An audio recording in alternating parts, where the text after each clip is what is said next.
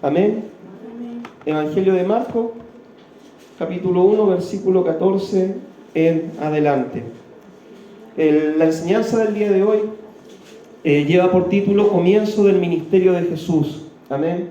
Comienzo del ministerio de Jesús. El día jueves estuvimos estudiando sobre el Evangelio de Jesucristo, ¿cierto? El inicio, qué es lo que significa la palabra Evangelio. Estuvimos viendo un contexto histórico, ¿cierto?, de Marcos, y hoy nos toca ver el comienzo del ministerio de Cristo. Así como Cristo tuvo un ministerio para empezar, ¿cierto? Yo quiero decirle que tú también tienes un ministerio. Dios está llamado para tener un ministerio en las manos del Señor, ¿ya?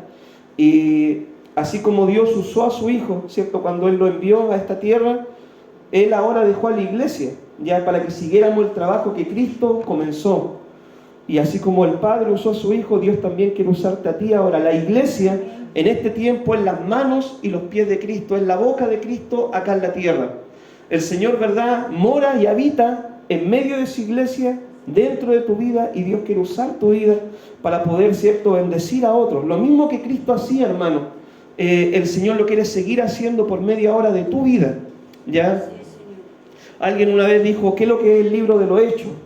Los Hechos es el libro de lo que Cristo empezó a hacer por medio de su iglesia, de sus discípulos. Por eso los Hechos de los Apóstoles o los Hechos de Cristo en la vida de los apóstoles. Y el libro de los Hechos, ¿cierto? Nosotros hasta el día de hoy seguimos haciendo el trabajo que comenzó esa iglesia primera. Amén. A modo de introducción le comparto esto. Veamos los versículos 14 y 15. Dice así: después que Juan fue encarcelado, Jesús vino a Galilea predicando el evangelio del reino de Dios, diciendo: el tiempo se ha cumplido y el reino de Dios se ha acercado. Arrepentíos y creed en el evangelio. ¿Qué es lo que había sucedido? Juan había sido puesto preso. Ya Juan el Bautista había sido puesto preso. ¿Por qué? Porque él, como profeta de Dios, como hombre de Dios, confrontó públicamente a Herodes. ¿Ya? Herodes era, así, por así decirlo, el líder político, ¿cierto?, de los romanos en aquella región. Y Juan lo confrontó porque Herodes había cometido un pecado. ¿Qué es lo que había hecho? Le había quitado la mujer a su hermano Felipe y él estaba en un acto de adulterio. Entonces Juan lo confronta como profeta del Señor. Esto no pareció bien a Herodes, menos a la mujer, ¿cierto?, que él tenía, Herodías, a su nueva mujer, y ponen a Juan preso. Ahora, un verdadero profeta, hermano del Señor, los verdaderos siervos del Señor, los verdaderos profetas del Señor, muchas veces el mensaje que transmiten puede ser un mensaje confrontacional, un mensaje directo, un mensaje que muchas veces no le va a gustar a la gente, ¿ya? Hoy en día la gente está acostumbrada muchas veces a que le digan solamente las cosas bonitas, que todo está bien, que Dios te va a bendecir, que Dios te va a ayudar, que Dios va a hacer todo lo que tú quieras, ¿cierto?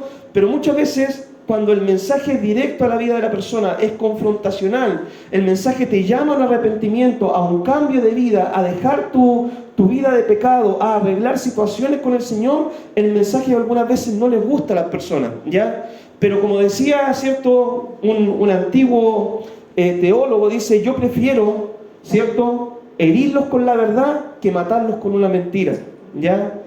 Y Juan, por decir la verdad, vemos las consecuencias. Lo metieron preso, fue oprimido por la ley, ¿cierto?, que tenía Herodes, y lo puso preso. Hoy en día, ¿cierto?, también podemos nosotros ser perseguidos como hijos del Señor por predicar el mensaje del Evangelio. Puede causar malestar en algunas personas la predicación del Evangelio, o hasta puede ser el mensaje del Evangelio coartado, ¿cierto?, restringido por una ley política, ¿ya? Esto pasó en la Biblia y hoy en día también sucede. Por ejemplo, nosotros vemos de que Elías, cuando él empezó a profetizar, Jezabel lo persiguió y Elías tuvo que huir, ¿ya? Vemos también el caso de Jeremías, que por profetizar, ¿qué es lo que pasó con Jeremías? Lo metieron preso también en el cepo, y cuántas cosas no hicieron con Jeremías, y la gente, cuando oía la profecía de Jeremías, no le gustaba. Rechazaba el mensaje de Jeremías, y por eso a Jeremías se le llama el profeta llorón, porque él profetizaba, predicaba y lloraba porque la gente no comprendía el mensaje que él transmitía de parte del Señor. Vemos también, ¿cierto?, ya en el Nuevo Testamento, a Juan el apóstol fue exiliado por causa de predicar el Evangelio a la isla de Patmos. Y así podemos seguir, ¿cierto?, con personajes de la Biblia. Pablo fue decapitado en Roma por predicar el Evangelio, y todos los apóstoles, dice la tradición de la iglesia, fueron muertos por predicar el mensaje del Evangelio. Entonces muchas veces cuando los profetas de Dios, los hombres de Dios, los ministros de Dios predican la palabra como corresponde, como está escrito, sin agregarle, sin quitarle, y transmitiéndola con fidelidad, esto puede causar molestia en las personas o aún en las autoridades políticas de turno. ¿Cuántas veces no hemos visto en el último tiempo, cierto, hoy en la actualidad, pastores, cierto, que lo han condenado por predicar, por ejemplo, en contra de la homosexualidad? Pastores que lo han condenado o han querido cerrar iglesias o han querido restringir la libertad de predicar el Evangelio, cuando muchas veces, cierto, los pastores hablan en contra del matrimonio igualitario o la adopción de parejas homosexuales para que ellos adopten niños, ¿ya? Y vemos, cierto, de que muchas veces las mismas leyes de los países van en contra de los principios de la palabra del Señor. Y aquí es donde nosotros, cierto, como hijos de Dios, debemos decir, bueno, si una ley va en contra de la palabra del Señor y la ley del Señor me dice esto, ¿a quién debo yo obedecer? ¿A los hombres o a Dios? ¿Ya? Y muchas veces para la sociedad actual, ¿cierto?, hablar en contra del matrimonio igualitario, de la adopción de parejas gay, ¿cierto?, del aborto, por ejemplo, es un mensaje que a la sociedad le provoca rechazo, ¿ya?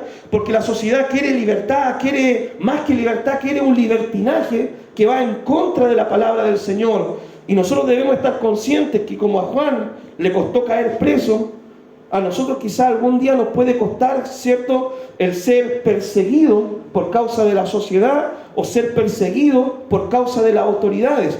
El tema es si nosotros estaríamos dispuestos, ¿cierto?, a pagar el precio por predicar el verdadero Evangelio. Si estaríamos dispuestos, ¿cierto?, a pagar ese precio. O quizás, como está sucediendo en muchos países, hermano, en Europa y en otros países, no sé si usted ha visto en las noticias, hay iglesias que ya están casando parejas homosexuales, pastores, ¿cierto?, que son homosexuales, que están ministrando iglesias. Entonces, hermano, nosotros tenemos que mantenernos en la verdad, mantenernos en la palabra, mantenernos en el Evangelio, y solo así podremos ser los verdaderos profetas de Dios en este tiempo. Jesús comienza a predicar, dice la palabra, y a proclamar el mensaje del Evangelio, que es el reino de Dios ha llegado, y que era necesario creer en el Evangelio y arrepentirse de los pecados.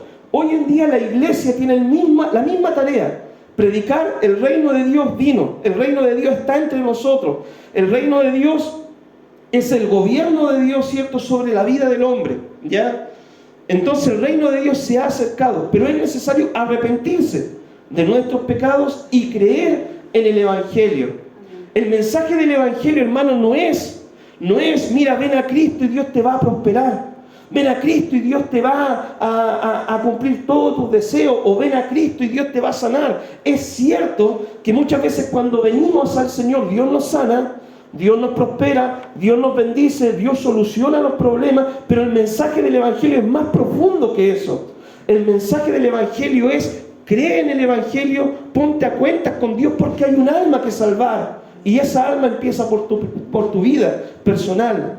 Ese es el mensaje principal del Evangelio. Hay un día que todos vamos a tener que partir de este escenario de la vida, y el tema es estar preparado para encontrarnos con el Señor. Tú en esta tierra, hermano, puedes tener casa, propiedades, autos, 2, 3 autos, sacar carreras, títulos, y no digo que sea malo. Ojalá todos pudiéramos tener esa bendición, ¿cierto?, de tener una buena economía, una buena salud y todo eso. Pero cuando nosotros partimos de este escenario de la vida, nada de eso nos vamos a poder llevar. Nada, absolutamente nada. Todo eso va a quedar para los hijos, para los familiares, ¿cierto? Y hasta muchas veces la familia se va hasta a pelear por las posesiones materiales que tú dejes, ¿cierto? Porque cuando partamos, solamente lo que va a importar es cómo está tu relación personal con Cristo. Por eso, mientras hay vida, hay esperanza. Mientras hay vida, podemos ordenar nuestro caminar, ¿cierto?, creer en el Evangelio, arrepentirnos, ponernos a cuentas con el Señor. La iglesia en la actualidad debe seguir predicando el Evangelio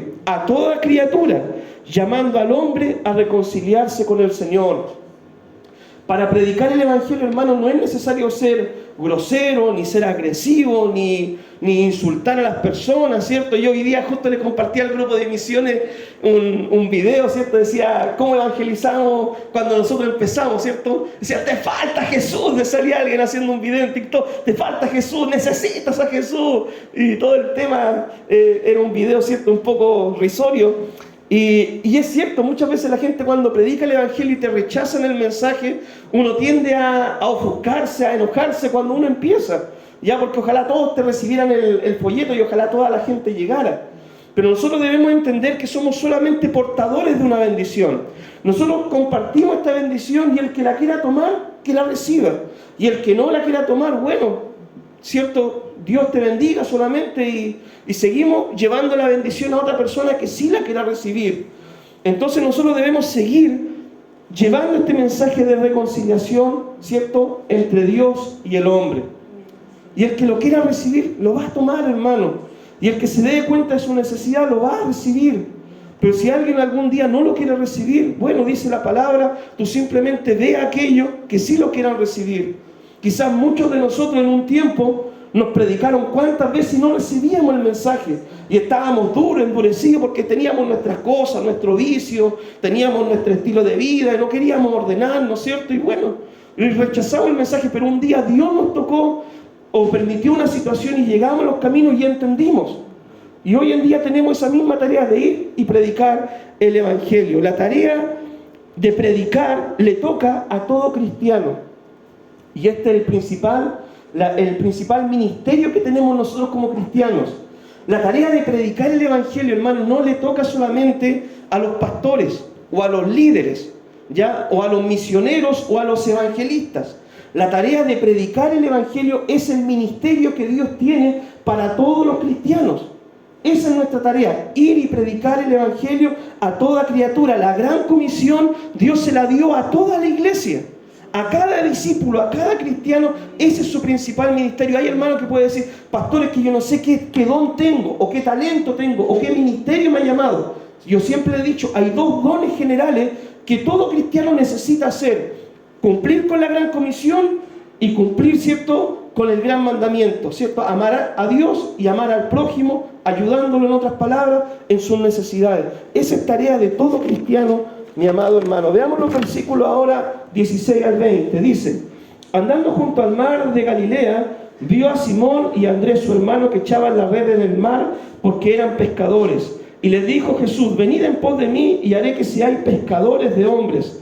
Y dejando luego sus redes, le siguieron. Pasando de allí un poco más adelante, vio a Jacobo, hijo de Zebedeo, y a Juan, su hermano también, ellos en la barca que remendaban las redes. Y luego los llamó, y dejando a su padre Zebedeo en la barca con los jornaleros, le siguieron. Amén. Jesús llama a sus primeros discípulos. Los discípulos, hermanos, eran gente humilde, gente sencilla, gente común y corriente como tú y como yo. Cuando Cristo vino y formó su equipo, ¿cierto?, ministerial, o su equipo de discípulos, no escogió, hermano, a la gente más preparada. No escogió a los más letrados, no escogió a los más educados, ni escogió a la gente que tenía mejor posición económica. El Señor escogió a humildes pescadores. Precisamente en Talcahuano estamos en zona de puerto, ¿ya? Y acá, por ejemplo, en Centinela o en Nueva Los Lobos, nosotros no nos caracterizamos por pertenecer a la alta casta de la sociedad, ni somos ninguno de nosotros ABC1, ¿cierto? Y ninguno de nosotros quizás tiene grandes riquezas o grandes posesiones, o más allá de grandes títulos, ¿cierto? Como quizás pueden tener alguna familia con algún apellido alemán, inglés, no sé. Ya, nosotros somos gente sencilla, hermano. Gente humilde, gente sencilla. Así como Cristo llamó a estos pescadores, Dios te ha llamado a ti. Gente humilde, gente sencilla. Y mira, en la vida, hermano, muchas veces nosotros como que tendemos a pensar, no, es que mientras más preparado esté, es mejor. Y en algunas veces eso es cierto. Pero en otras ocasiones no es así, hermano. ¿Ya? Yo he conocido gente que no ha terminado su enseñanza básica, ¿ya?, que tienen octavo básico, séptimo básico, no han terminado su enseñanza básica. Sin embargo, hermano, en serio, testimonio verídico, yo los veo y están sumamente bendecidos. tienen su casa, tienen su auto, tienen su trabajo, tienen su negocio. Entonces muchas veces nosotros tendemos a pensar que mientras más estudio o más capacidad académica tenemos, vamos a lograr más en la vida. Pero muchas veces no es así. Y Cristo se dio cuenta en esto. Cristo llamó a estos hombres. Eran gente humilde, no tenían grandes estudios, pero tenían algo muy importante, un corazón para el Señor. Y en la vida, hermano, muchas veces la gente que es más educada o más preparada o más capacitada en la universidad, puede ser que un día le diga al Señor: yo no tengo tiempo para ir a evangelizar, no tengo tiempo para ir a predicar el evangelio, estoy ocupado, ¿cierto?, en mi asunto, en mis negocios, tengo que ir a ver mi casa, tengo que ir a ver a estos clientes, tengo que ir a hacer esto, otro. Y muchas veces esa gente que uno piensa que Dios pudiera usar grandemente, no tiene el tiempo porque su profesión la consume. Entonces, hermano, en el reino de Dios, Dios mira el corazón. Ojalá todos pudiéramos ser profesionales. Ojalá todos pudiéramos sacar una carrera adelante. Ojalá todos pudiéramos estar capacitados altamente, ¿cierto?, para poder llegar también a otros lugares de la sociedad. Pero en el reino de Dios, Dios usa a quien se dispone en las manos de Él. Dios no usa necesariamente al universitario. Dios puede usar a la dueña de casa discipulando a su hijo en el hogar. Dios puede usarte a ti predicándole a los vecinos. Dios puede usarte a ti que eres guardia, ¿cierto?, predicando a tus compañeros de trabajo. Dios puede usarte en diferentes áreas donde Dios te ponga. Dios puede usar tu vida. Amén. La meta del discípulo, hermano, con la cual Cristo llamó a estos primeros discípulos, era que llegaran a ser como el Maestro. Esa era la meta, llegar a ser como el Maestro. Y es la meta misma que tenemos nosotros hoy en día. Tu meta, hermano, no es llegar a ser como yo. Tu meta es llegar a ser como Cristo, ¿ya? Si puede ser más que yo o más que alguno de nosotros, gloria al Señor. Tu meta es llegar a ser como Cristo, ¿ya? Como el Señor. A Él predicamos, a Él apuntamos. Él es nuestra meta, no un hombre, ¿ya? Nuestra meta es ser imitadores de Jesucristo. Pablo dijo: imitadme a mí, ¿cierto?, como yo imito a Cristo. Uno obviamente va a dar lo mejor, pero tu meta es ser como Jesucristo, ¿ya? Jesús es el blanco perfecto, soberano, a quien nosotros debemos imitar en todo lo que Cristo hizo. El llamado a los otros discípulos, el llamado a estos discípulos, fue a dejarlo todo por seguir a Jesús. Cuando Cristo llamó a estos discípulos, le dijo: dejen las redes, vengan y síganme, y yo los haré pescadores de hombres. Hoy en día el Señor a algunos llama, ¿cierto?, a dejarlo todo por causa del reino del Señor, a poder tener un ministerio a tiempo completo, sea evangelista, misionero, pastor. Solamente a algunos el Señor le hace ese llamado a dejarlo todo por seguirlo a Él, ¿ya? Pero la mayoría de nosotros, el Señor nos dice: sé luz donde tú estás, sé luz en el lugar que yo te he puesto. Si yo te puse, ¿cierto?, en un hospital, sé luz en el hospital. Si te he puesto en una escuela, sé luz en tu escuela. Si te he puesto en tu barrio, sé luz en tu barrio. A algunos el Señor los llamará a tiempo completo y Él se encargará de sustentarlos, de proveerles, ¿cierto?, de darles lo que ellos necesitan para cumplir la misión. Pero la gran mayoría de nosotros, Dios nos llamó a ser luz y a ser testigos de lo que Él ha hecho en nuestra vida, en nuestro entorno, donde nosotros estamos, ¿ya? El propósito de llamarles fue para capacitarlos, para que ellos continuaran la tarea que Él comenzó. Es decir, proclamar el Evangelio en todo el mundo. Cristo, hermano, se dio cuenta de que el tiempo de su ministerio era limitado. El ministerio de Cristo duró 3 años y medio. Y si Cristo no hubiera preparado gente, hasta ahí hubiera llegado su ministerio. Por muy grande que hubiera sido, no hubiera prevalecido. Entonces Cristo se dio cuenta de esto, preparó a 12 hombres para que ellos a su vez prepararan después a otras multitudes, para que así el Evangelio siguiera expandiéndose hasta el día de hoy. Cristo se dio cuenta de esto, de la necesidad de capacitar, de preparar a las personas, y la iglesia hace lo mismo. Cada culto es un tiempo de capacitación. Cada reunión es un tiempo donde aprendemos la palabra para capacitarnos mejor, para ir afuera a predicar el Evangelio a aquellos que no conocen al Señor. El Evangelio, hermano, hay que predicárselo a todo el mundo, ¿ya? Y el discipulado de Cristo duró 3 años y medio para estos primeros discípulos, ¿cierto?, que llegaron a ser los apóstoles. ¿Cuánto tiempo llevamos nosotros en el Evangelio? ¿Ya? ¿Cuánto tiempo llevamos? Yo me convertí a los 16 años, tengo 33. ¿Llevo cuánto? Llevo mucho tiempo, ¿cierto? 16, 33, tengo 16 años de cristiano. ¿Cuánto tiempo lleva usted en el Evangelio?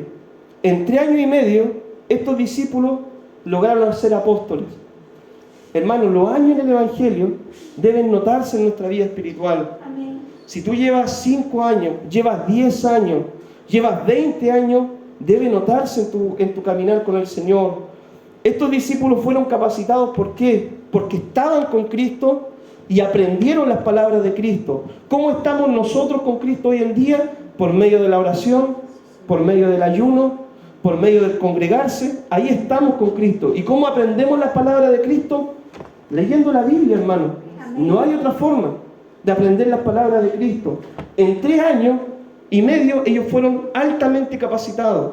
Nosotros, hermanos, también debemos ser discipulados por el Señor, aprender las palabras del Señor. En esta iglesia, por ejemplo, ahora enero, febrero, ¿cierto? Nosotros descansamos, pero desde marzo, todos los lunes hay estudio bíblico. De lunes a viernes, ¿cierto? Hay oración y lectura bíblica. Los domingos hay culto de oración en las mañanas, donde se ora y se lee la Biblia. En la semana, los días jueves, que por lo general el día que yo predico siempre, hermano, va a ser una palabra, ¿cierto? Secuencial, la enseñanza, ya para ir creciendo y nos formando sistemáticamente. Hay discipulado, hermano. Si usted quiere leer un libro, me dice, pastor, quiero leer un libro, recomiéndeme uno, y le recomendamos un libro. Hoy en día, hermano, no tenemos excusa para no crecer ni madurar espiritualmente. Si usted dice, pastor, no me puedo comprar un libro en la librería cristiana porque es tan caro, usted puede descargarlo de internet, hermano. No hay excusa. Pastor, no tengo plata para comprarme una Biblia. Usted puede descargar la aplicación del celular.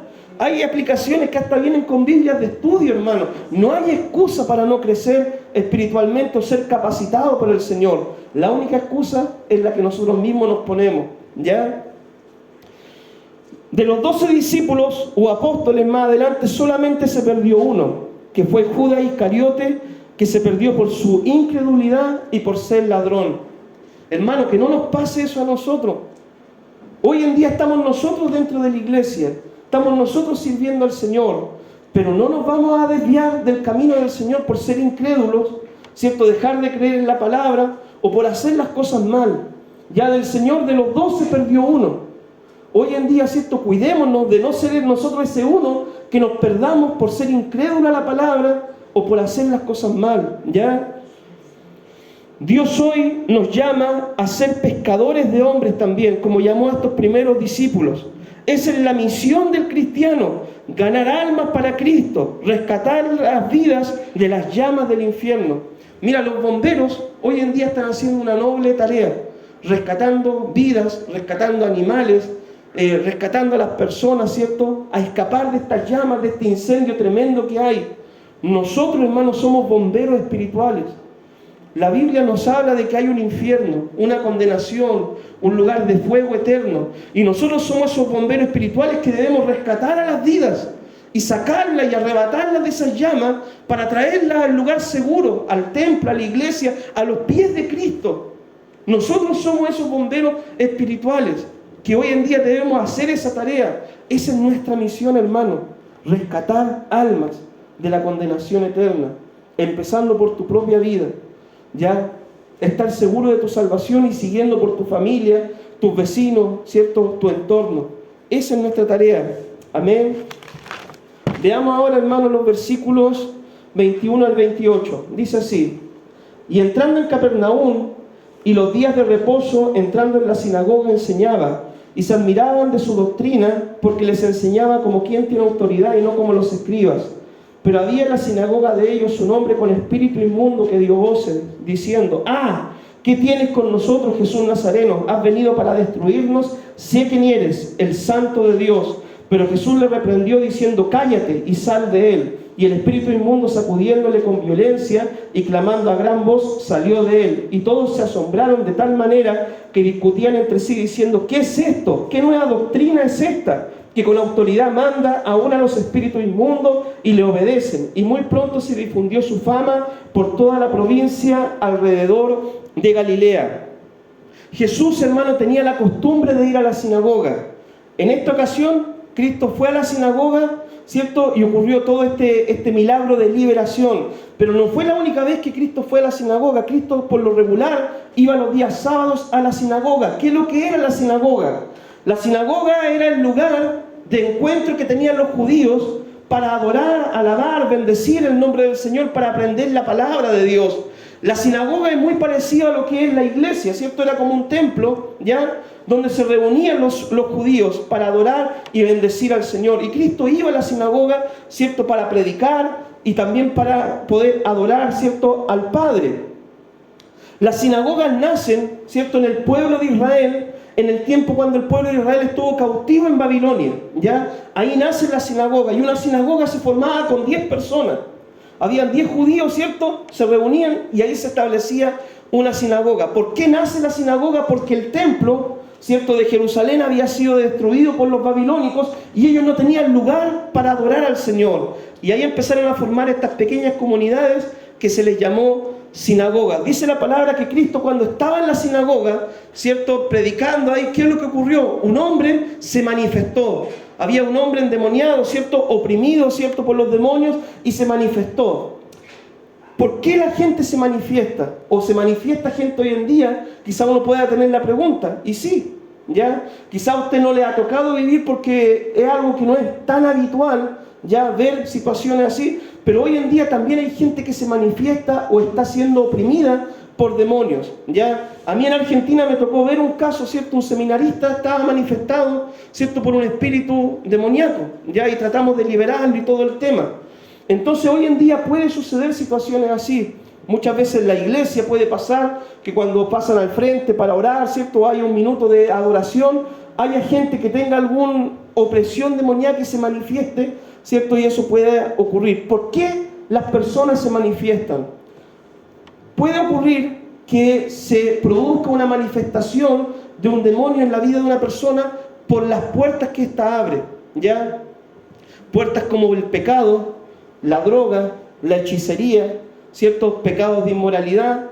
Esos son puertas que abre la persona al enemigo y le dan a Satanás un terreno legal para que el Satanás oprima la vida de la persona. En algunos casos, hermano, la opresión es solamente opresión, por así decirlo, psicológica, mental. En otros casos toma dominio de la vida y del control de la persona, ¿ya? Y eso se conoce como una manifestación o que la persona está endemoniada. ¿Qué es lo que debemos hacer nosotros si ocurriera un caso así? La palabra de Dios dice de que hay demonios que solamente saldrán ¿con qué cosa? Con oración y ayuno, ¿ya? Por eso, hermano, es importante estar orando, estar ayunando, estar buscando la presencia del Señor, porque hay casos que solamente la persona va a ser liberada con oración, ayuno. También hay que estar preparado espiritualmente, es decir, estar a cuentas con el Señor.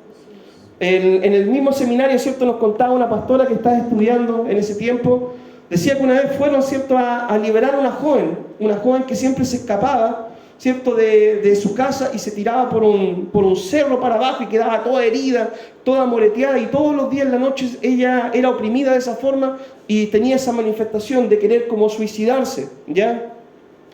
Y cuando fueron a orar por ella, ¿cierto?, el demonio se manifestó en la vida de esta joven, y dice de que el demonio habló por la vida de esta joven, y la gente que estaba tratando de echarlo fuera, ¿cierto?, el demonio le dijo: ay, tú me quieres echar afuera, y no te acuerdas lo que hiciste esto y esto otro, y empezó a sacarle los pecados, ¿cierto?, a los liberadores en la cara, ¿ya? Entonces, hermano, para poder liberar, uno debe estar a cuentas con el Señor.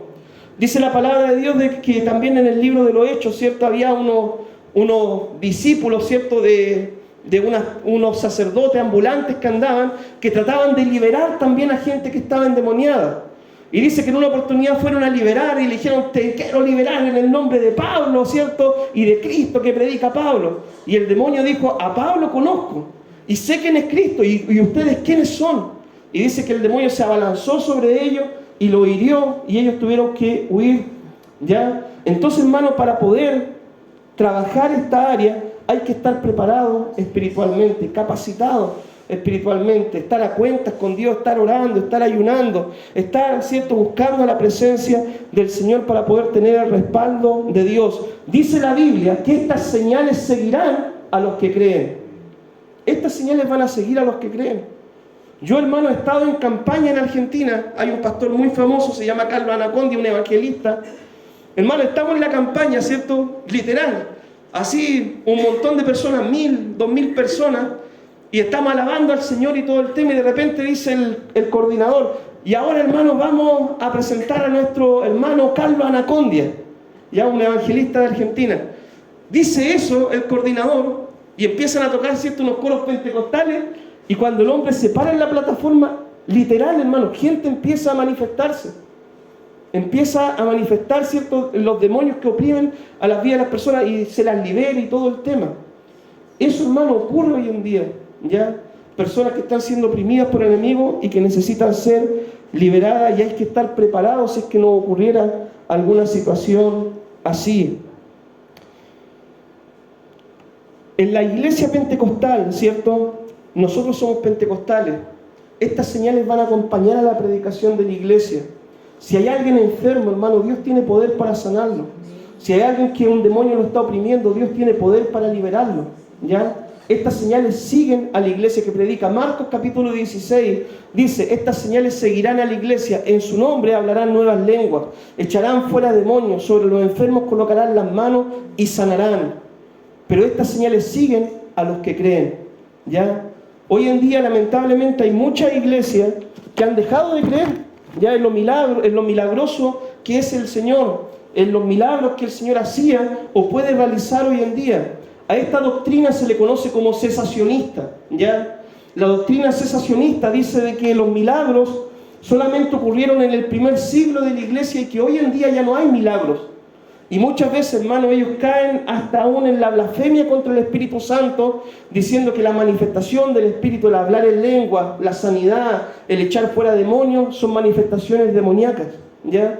Entonces, hermano, hay pastores de renombre, reconocidos en internet, ¿cierto?, que predican esta doctrina cesacionista, que no creen, ¿cierto?, en lo que la palabra de Dios dice. Pero ¿qué dice la palabra en 1 Corintios, capítulo 12? Cuando habla de los dones del Espíritu, hay don de sanidad, don de milagros, don de hablar en lenguas, don de interpretar lenguas, don de discernimiento de espíritu. Dios es sobrenatural, hermano. Dios hizo milagros en el Antiguo Testamento. Dios hizo milagros cuando vino acá a la tierra, ¿cierto?, en la persona de Cristo, y Dios sigue haciendo milagros hoy por medio de su iglesia. Tenemos un Dios sobrenatural. Cuando el ángel se le aparece a María, le dice, ¿hay acaso para Dios algo imposible? El Evangelio es sobrenatural. Cristo nació por un milagro, por obra y gracia del Espíritu. Cristo resucitó. Tenemos un Dios sobrenatural y podemos esperar, ¿cierto?, que esto ocurra en la iglesia en este tiempo. Veamos el versículo 29 al 31. Dice, al salir de la sinagoga, vinieron a casa de Simón y Andrés con Jacobo y Juan. Y la suegra de Simón estaba acostada con fiebre y enseguida le hablaron de ella. Entonces él se acercó y tomó la mano y la levantó, e inmediatamente la fiebre le dejó y ella les servía. Jesús, hermano, tenía la costumbre de visitar los hogares. Yo justo hoy día subí, ¿cierto?, el tema de la visita pastoral, pero Cristo tiene esta costumbre. Y no lo vemos solamente visitando el hogar de Pedro. Cristo también visitó el hogar de María, de Marta, ¿cierto?, de Lázaro, visitó el hogar de Simón, ¿cierto?, el fariseo. Cristo visitaba los hogares. ¿Por qué? Porque en la intimidad del hogar uno puede conversar en forma privada y darse cuenta de las necesidades que hay en la familia, ¿ya? Muchas veces quizá acá en el templo o en un lugar donde haya más gente no se da esa ocasión, pero en el hogar uno puede conversar con más intimidad y más privacidad. Muchos no quieren que los visiten, ¿ya? Muchas personas, ¿cierto?, no de esta iglesia, en muchos lugares no quieren que los visiten. ¿Por qué? Muchas veces dicen, no, es que mi casa está desordenada, por ejemplo, o no, porque mi esposo es inconverso, ¿cierto? O no, porque, bueno, no quiero ir, pero no quiero comprometerme más allá, ¿cierto? Entonces hay mucha gente que no le gusta que los visiten. Pero es deber, ¿cierto?, del pastor, así como lo hizo Cristo, y de los líderes de cada ministerio, poder estar pendiente del cuidado pastoral de las ovejas, ¿ya? Yo ponía ahí, ¿cierto? Si usted no lo quieren dejar entrar a la casa, bueno, no vamos a forzar la chapa, hermano, tampoco, ¿ya? Pero uno puede llegar hasta la puerta, orar con la persona, ¿cierto? Conversar con ella y todo bien. Las visitas pastorales, ¿cierto? Siempre se hacen acompañados. Ya yo con la pastora visitamos siempre los dos. Yo nunca voy a ir solo, ni la pastora va a ir sola, a menos que sea una persona del mismo sexo, ¿ya? También los líderes de cada ministerio pueden visitar a los hermanos de su ministerio y siempre deben ir ellos acompañados. Hoy en día, ¿cierto? También nosotros podemos cuidar de los hermanos o estar pendientes de los hermanos por llamadas telefónicas, por WhatsApp, ¿ya? Yo siempre el día domingo tomo la asistencia. El que no veo en el culto el domingo, trato de llamarlo el día lunes, ¿ya? Casi siempre trato de llamarlo el día lunes, el día martes, estoy llamándolo a los hermanos que no veo por lo general, ¿ya? Entonces, hermanos, hay otras formas también de poder cuidar de los miembros de la congregación. Si quizás no puede ir uno a hacer la visita, una llamada, ¿cierto? Un WhatsApp, ahí uno puede hacer. Jesús tiene tanto poder, ¿cierto?, para echar fuera demonios como para sanar enfermos. Acá vemos de que la suegra de Pedro estaba con una enfermedad, una fiebre, y Cristo oró por ella y la mujer fue sana. Y dice que levantándose empezó a servir al Señor. Dios, hermano, si te sana, Dios si hace un milagro en tu vida, Dios si responde a una oración, la única forma de agradecerle es sirviendo al Señor. Amén. Veamos los versículos 32 al 39. Dice: cuando llegó la noche, luego que el sol se puso, le trajeron todos los que tenían enfermedades y los endemoniados, y toda la ciudad se agolpó a la puerta y sanó a muchos que estaban enfermos de diferentes enfermedades y echó fuera muchos demonios y no dejaba hablar a los demonios porque le conocían. Levantándose muy de mañana, siendo aún muy oscuro, salió y se fue a un lugar desierto y allí oraba. Y le buscó Simón y los que con él estaban, y hallándole le dijeron: todos te buscan. Y él les dijo: vamos a los lugares vecinos para que predique también allí, porque para esto he venido. Y predicaba en las sinagogas de ellos en Galilea y echaba fuera demonios. ¿Cómo era el quehacer ministerial de Jesús?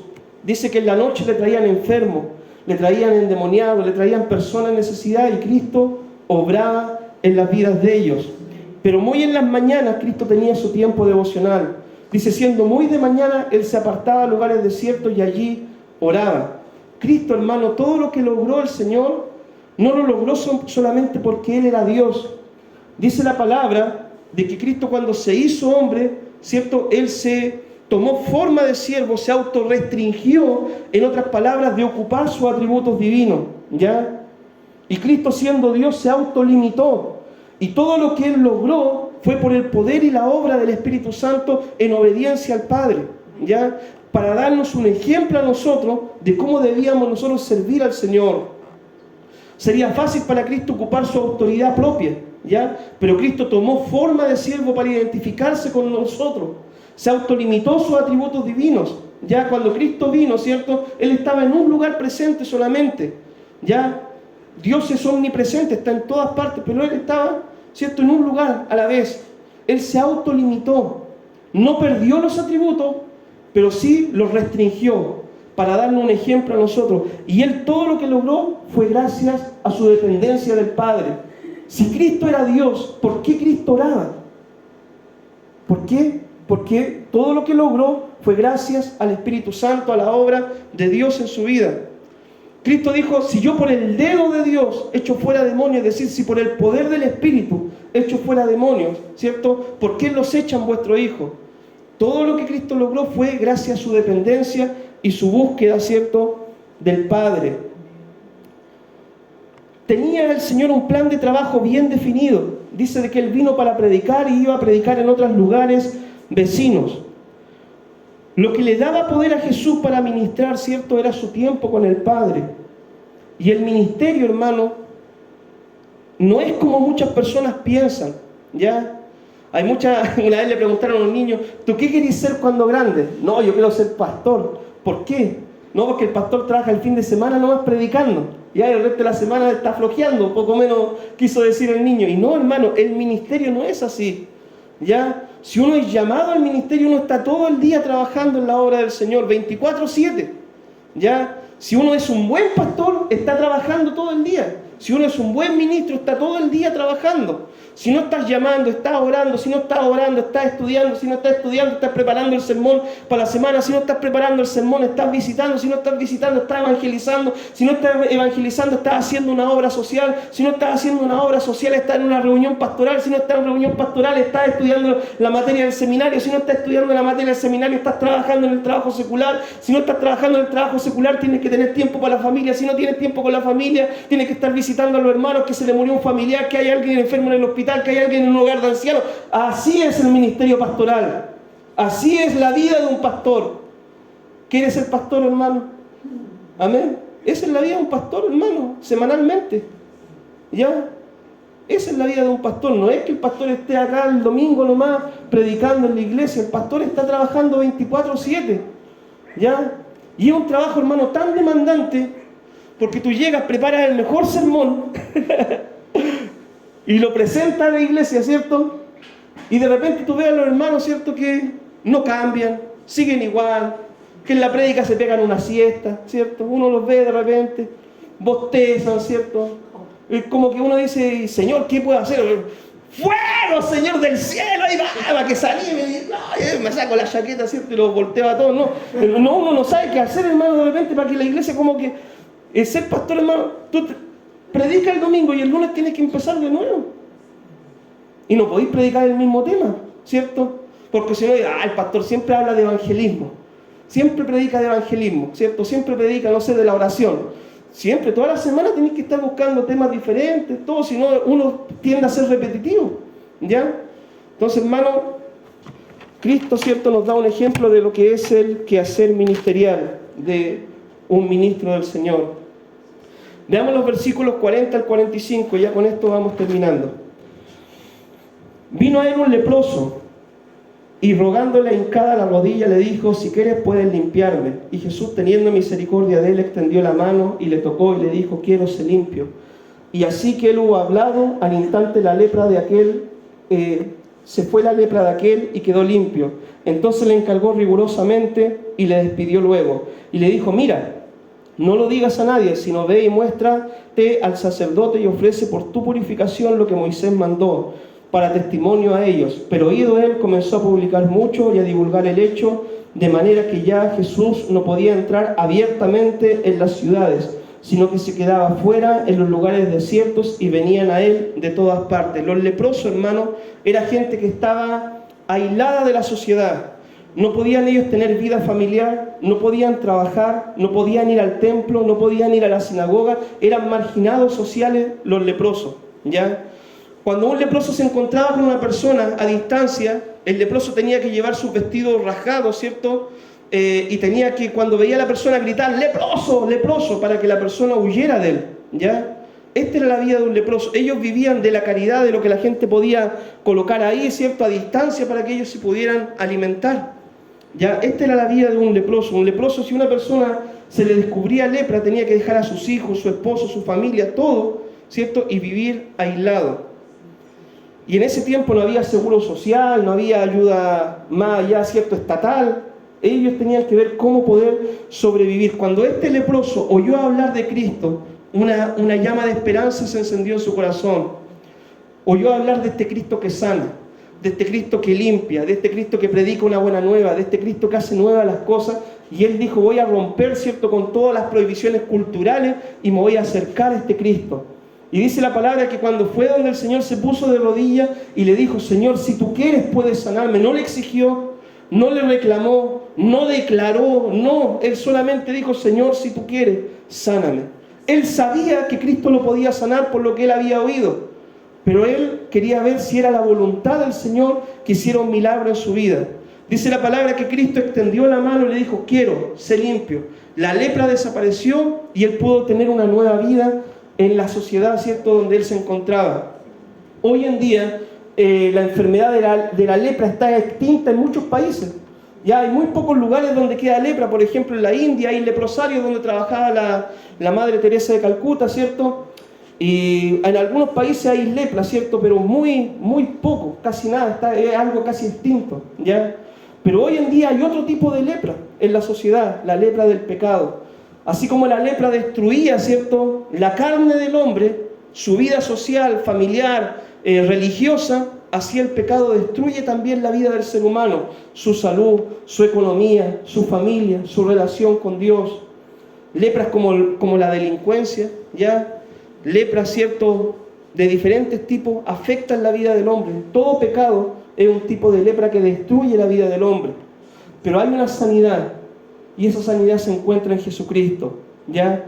Pero nosotros debemos ir y contar a otros, ¿cierto? Ir y contarle a otros de esta fuente de sanidad que nosotros encontramos para todo aquel que quiera saciar su sed y ser limpio y recibirla, ¿ya? Debemos contar. Dice la palabra que cuando el leproso fue sanado, Cristo le dijo: mira, no lo digas a nadie, para que las multitudes no lo siguieran solamente por los milagros y se provocara cierto alboroto, todo eso. Pero ¿qué hizo el leproso? No se podía quedar callado esta noticia que él había tenido. Dice que él fue y en vez de quedarse callado, fue y lo publicó y le contó a todos, ¿cierto? Y todo el tema. Y después las multitudes venían a Cristo porque sabían que en Cristo podían encontrar una esperanza para su vida. Lo mismo tenemos que hacer hoy nosotros.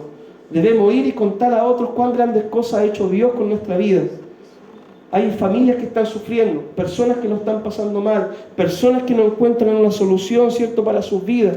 Y nosotros debemos ir y contarles de que en Cristo nosotros encontramos la solución a nuestros problemas, que en Cristo encontramos nueva vida, esperanza de vida y todo lo que nosotros hallamos en Cristo. Nuestro testimonio tenemos que ir a contarle a las personas. ¿Qué aplicaciones sacamos de esta enseñanza? Dios, hermano, tiene un trabajo, un ministerio para cada cristiano, ¿ya? Dios tiene un ministerio para ti, hermano. Créelo en el nombre del Señor. Dios tiene un ministerio para tu vida. El trabajo más grande en el reino del Señor, hermano, es ganar almas para Cristo, ¿ya? Es el trabajo más grande en el reino del Señor. Dice la Biblia que un alma, ¿cuánto vale un alma? Vale más que todos los tesoros de este mundo. Si tú logras, ¿cierto?, ganar alma, ese va a ser el trabajo más grande que tú puedas realizar en la obra del Señor. Primero, debe empezar por la tuya propia, ¿sí? Yo no puedo ir a salvar a alguien si yo estoy perdido, ¿ya? Primero debo tener seguridad de mi salvación, seguridad de mi relación con Cristo, seguridad, ¿cierto?, de lo que Cristo ha hecho en mi vida para poder ir y compartir el Evangelio, ¿cierto? Porque si yo no soy salvo, ni siquiera voy a tener las ganas de predicarle a otro de la salvación, ¿ya? Yo debo ser salvo, entender el plan de salvación, entender de dónde Dios me sacó, lo que Cristo ha hecho, cómo Dios obró en mi vida, para poder ver que Dios haga lo mismo en otras personas. Pero si Dios no me ha salvado, si yo no tengo convicción de que soy pecador, si no me doy cuenta de que estoy perdido, si me da lo mismo ir a la iglesia o no, buscar del Señor o no, orar un día o no, tener una relación con Cristo o no, va a ser muy difícil que tú puedas salvar a otros. ¿Por qué? Porque ni siquiera tú eres salvo, ¿ya? Y si tú no eres salvo, lo más probable es que no sientas interés de salvar a otros. Por eso hay que empezar por uno. Todos tenemos, hermano, una historia para compartir, lo que Cristo ha hecho en nuestra vida. Esta era nuestra vida antes, esto fue lo que Cristo hizo en mi vida y esto es como lo que estoy viviendo yo ahora con el Señor. Así debemos contar nuestro testimonio. Y hoy hay muchos necesitados, leprosos espirituales, enfermos espirituales, oprimidos espirituales, ¿cierto?, a los cuales Dios quiere liberar. Pero Dios te dejó a ti y a mí para ir a los lugares de necesidad. Amén. Cristo ya vino, ¿ya?, y nos dio el ejemplo de su ministerio. Ahora nos toca a nosotros imitar ese ejemplo y llevarlo a cabo, ¿ya? Que Dios les bendiga, mis amados hermanos. Vamos a orar para poder entregar este tiempo de enseñanza. Padre, te damos gracias, Dios mío, Señor, por esta palabra, Dios mío, donde tú nos hablas del ministerio de Cristo, Señor, el quehacer ministerial que Él hacía. Amado Dios, ayúdanos, Señor, a imitar al Señor, a imitar a Jesús, Señor. Amado Dios, Cristo visitaba, iba a los lugares de necesidad, donde estaba la necesidad, el Señor estaba. Ayúdanos, Dios, a hacer lo mismo, Señor. Padre, somos tus manos, tus pies, tu boca acá en la tierra, Señor. Ayúdanos, Dios, a imitar tu ejemplo, Señor. Padre, que podamos todos entender, Dios mío, que tú tienes un ministerio para cada uno de nosotros, Señor. Y este ministerio principal es la tarea de ir y predicar el Evangelio a toda criatura. Y el que creyere y fuera bautizado, dice tu palabra, será salvo, Señor. Padre, ayúdanos, Dios, a seguir con este ministerio que tú comenzaste. En tu nombre, Jesús. Amén y amén. Que Dios les bendiga, mi amado hermano.